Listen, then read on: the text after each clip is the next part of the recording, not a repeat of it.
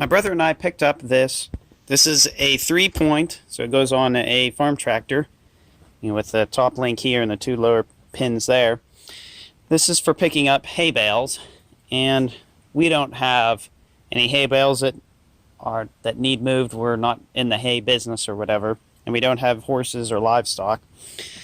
So I took off the little point here, cut that off a while ago, and what I do need to do is I need to narrow this whole thing and bring this in, because what I want to use this for is move these. These are firewood bins.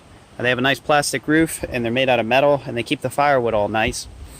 But what I want to do is I want to move these things, just make them easily movable. I can come in here with the forks, go right underneath this, and hopefully pick it up. I have my doubts. I don't know that the farm tractors that we have will be able to pick these up. It'll probably pick up that one, no problem, but this one, there's some hardwoods and stuff in here, and as you can see, I have it quite full. But this plastic, it's much better than a tarp will ever be, and this stuff, I mean, it's dry and it doesn't weigh a whole lot. But I want to see if I can get the forks under there to pick these up and move them around, because as you can see, I have plenty of wood. These are all saw logs here for whenever I purchase a sawmill, and they're actually growing. I have all those, and they just continue. They just keep going down there. So I probably have, I don't know, maybe 20 cords of wood sitting here, maybe more.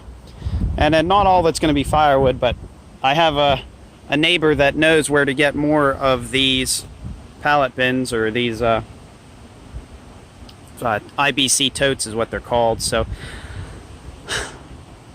well, let's modify these things, modify those bale forks, I guess that's what they call them, and we'll see how this goes. So it's time to start cutting this thing apart.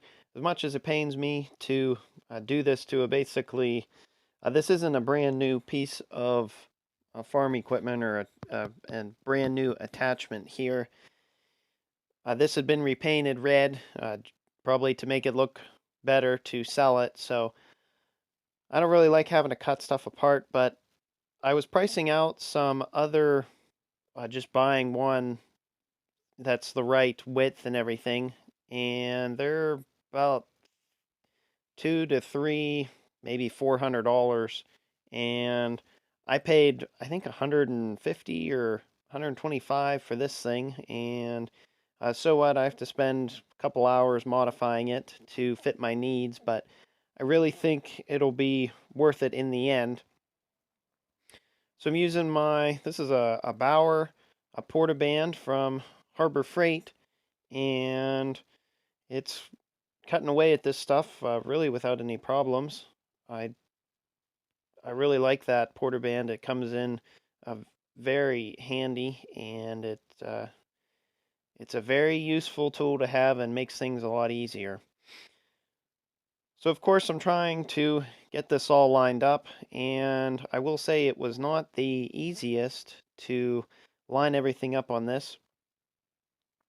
The two tops of this wanted to touch, and you kind of had to support that, and I had to have my brother hold this top piece for the top pin on the tractor, or the top link.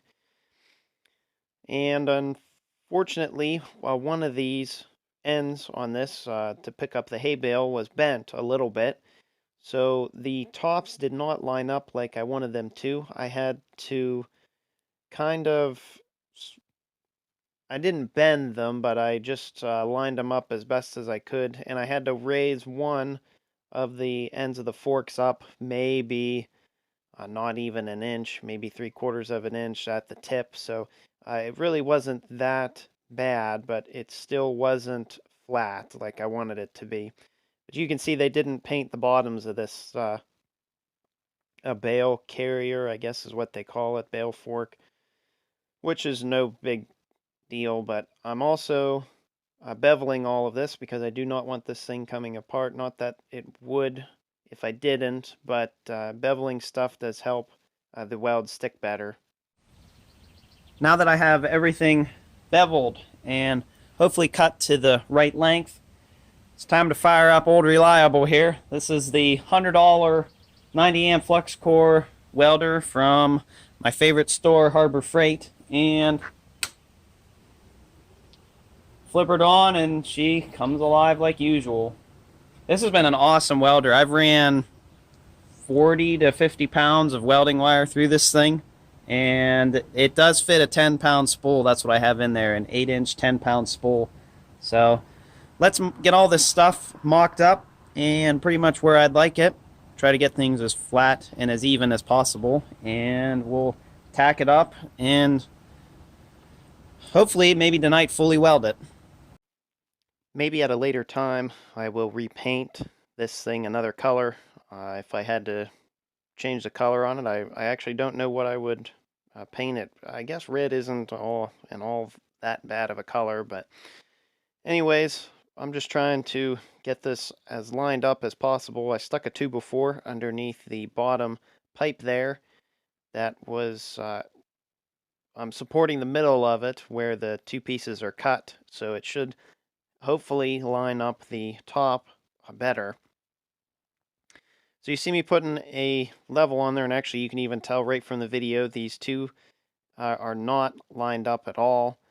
It looks like the right one is pushed further back than the left, so who knows how that had happened. Maybe one of these ends they dug into the ground or hit a stump or something. You never really know, and that's what bent it. And fortunately, I have my brother here to help hold that top piece. You wouldn't believe how much that top piece of steel weighs there. It's it's probably 20, maybe 30 pounds, probably 20 pounds, I'm gonna guess. And I've got my Harbor Freight magnet there also, and I could not have done this without my brother being there. He was a huge help. All I had to do was just get one good solid tack on this thing, and I had to do a little bit of bending and whatnot to get things lined up as best as we could. And we got this lined up, and we're about ready to do another tack on the other side to get the other side kind of tied together. Generally, I will definitely want to tack everything together, top and bottom, on this thing. And unfortunately, we had there was a pretty decent sized gap on the bottom of this thing. I think either my cuts were off a little bit or I didn't measure quite right. But what we ended up doing was I just slipped a piece of, I think that was a piece of a flagpole, which was, I think that was over 1/8 of an inch thick steel. And I ended up threading or just putting that in the bottom tube, and that actually seemed to bridge the gap a little bit, and then I was able to weld that all solid.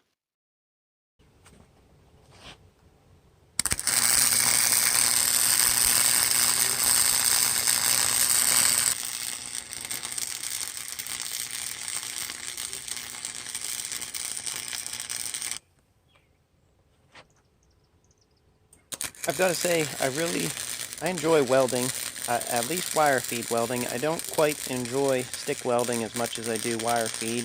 Wire feed welding is literally just pull the trigger and weld. Stick welding is, well, I'm not using the best stick welder in the world, but you have to try to get the arc started. Things have got to be really clean, and I don't have a hot start or anything, but the wire feed welding for me is really what I enjoy doing. It's really simple, really easy, and pretty much anyone can do it. Now, unfortunately, we had a big gap over here, and I learned this from watching a video on Chucky 2009's channel.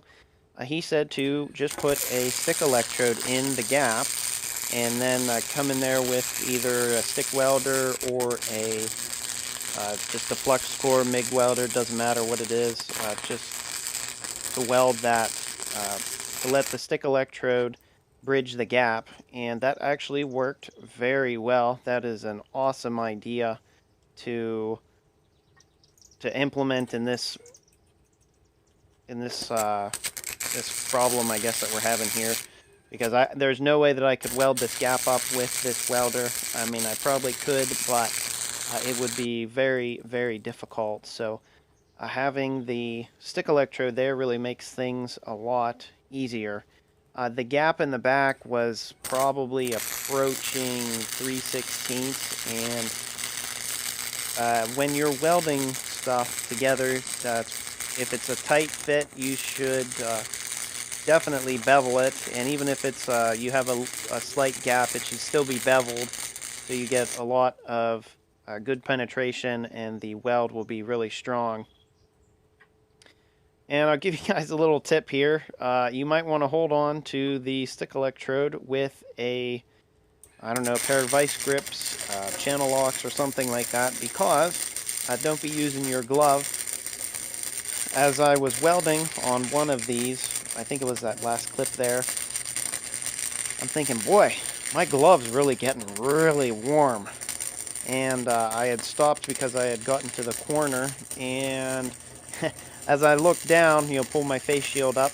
As I look down, I'm holding this welding rod that is glowing red in my hand. So fortunately, the gloves didn't. I didn't burn myself or anything. But I figured I'd try out my lens on. This is just using a lens from my Harbor Freight welder, and that actually works pretty good. Here are what my welds look like. Are they perfect? No. But will they hold? Probably. The undersides, these are the ones that are really bad. I guess that's not terrible. One of these wasn't real good. Yeah, that one's not real good. But, this is good enough for what we'll be using this thing for. I know the 8N, it shouldn't be able to break these welds. It only lifts 800 pounds at the pins, so that weld there didn't turn out too bad.